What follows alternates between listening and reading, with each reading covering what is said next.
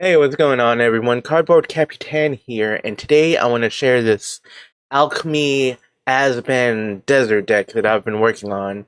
I was inspired to go back to Azban after seeing a certain Duskmourn card called Grievous Wound. Now, the basic idea is that whenever you deal damage with this in play, you can have the opponent's life after that damage. So you pair that up with the Desert Pinglands, uh, Vine Lasher, and combat damage, and you can often do a lot of damage um, without even touching the opponent. Now, there's also Lumra, which you can pair up with Vine Lasher for a lot of damage. You also have Free Strider Lookout, which can bring out more lands, fueling the wound damage. And there's other control cards. Another Duskmourn card that appears is Drag to the Roots.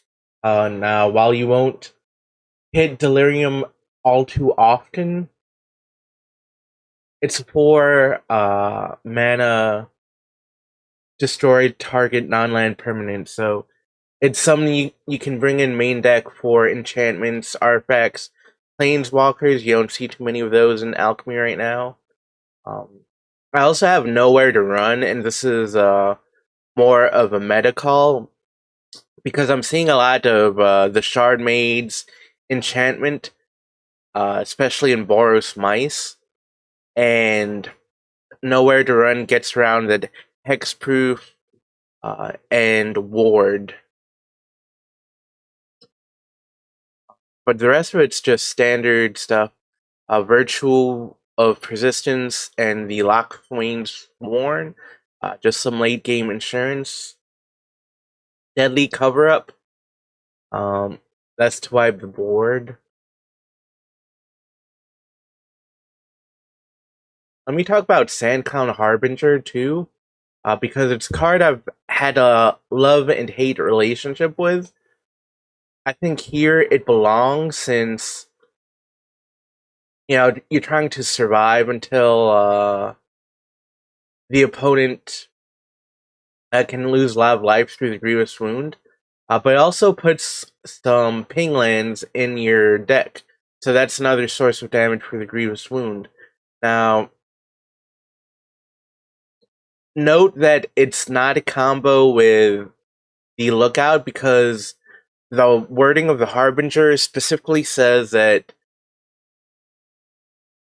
a player needs to play a desert, and getting a land through crime from the Lookout is not playing a desert. So that's a non-bow, but I think Lookout has enough value with Grievous Wound, with building up your mana base that you can run both simultaneously.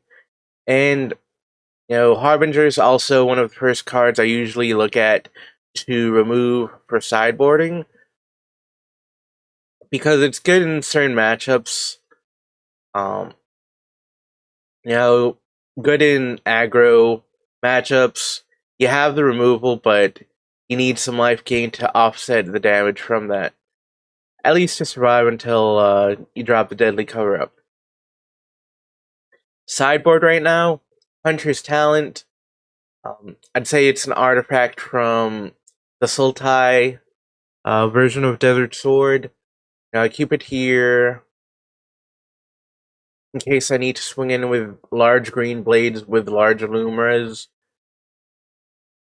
But no, that's a backup plan if for whatever reason I'm not confident in getting the Grievous Wound combo.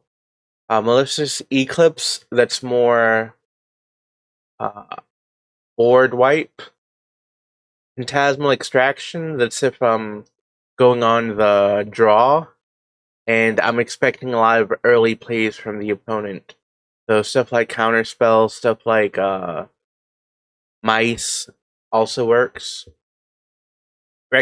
Requisition Raid, that's good enchantment removal. You're seeing a lot of enchantments, especially with the Overlords.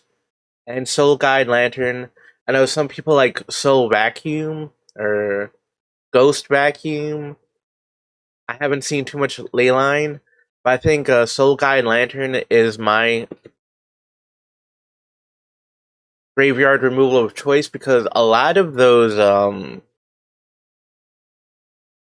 graveyard based decks, they dump cards, a large amount of cards in their graveyard at one time. So the one you'll see most often is the Black Overlord, but I also faced a couple of Insidious Roots decks that put a lot of cards in the graveyard.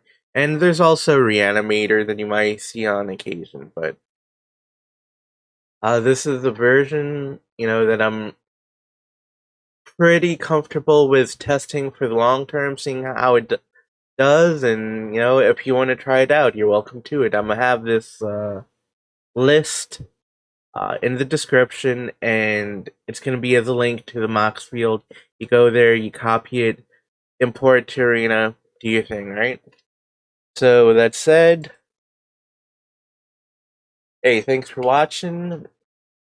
You can find me on X under the username Cardboard.Capitan. My Mox field is Cardboard.Capitan. I will see you all next time. Bye!